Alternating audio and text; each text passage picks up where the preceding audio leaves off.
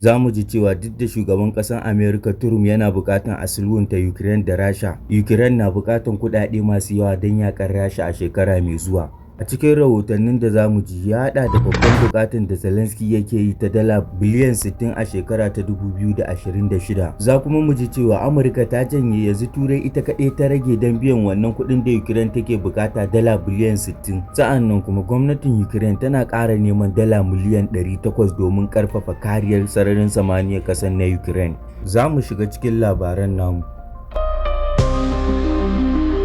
Kasar Ukraine na ƙoƙarin tabbatar da samun kuɗaɗe masu yawa don ci gaba da yakin da ke tsakaninta ita da ƙasar Rasha a shekara ta 2026. Sa'annan kuma gwamnatin ƙasar na Ukraine tana buƙatar abokanan hulɗanta da su ɗauki rabin kuɗin tsaro har dala biliyan 120 da ake hasashe kashewa a shekara ta 2026. Ministan tsaron ƙasar Ukraine mai suna Denis Shmyhal ya bayyana hakan ne a yayin jawabinsa a ranar 16 ga watan Disamba. Shmyhal ya bayyana cewa an riga an yi alkawarin bayar da dala biliyan 45 a cikin kuɗaɗen da ake bukata. Abubuwan da gwamnatin kasar Ukraine suka fi ba muhimmanci ya hada da tsaron sararin samaniyar kasar da kuma kera jirage marasa matuka da kuma harsashe, inji Shmyhal. Sa'annan kuma dakatarwar Amurka na tallafin makamai da take ba mai Ukraine ya haifar da kalubale, inji Shmyhal.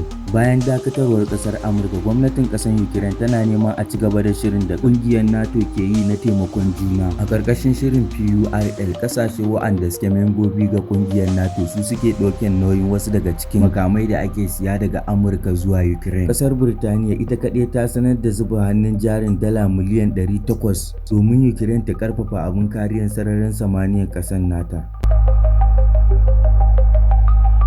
Ministan tsaron ƙasar Birtaniya ya ce kuɗaɗen za a yi amfani da su ne don siyan makamai da kuma abin kariyar sararin samaniya. John Haley ya ce an fara isar da kayayyakin aiki kuma za a ci gaba da hakan har zuwa shekara ta 2026.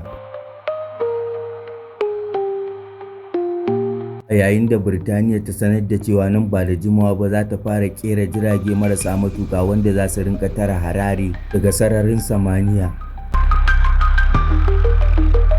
Kasar London ta tura tallafi zuwa ga Ukraine da ya haura dala biliyan 17.4 tun bayan fara yakin a shekara ta 2022.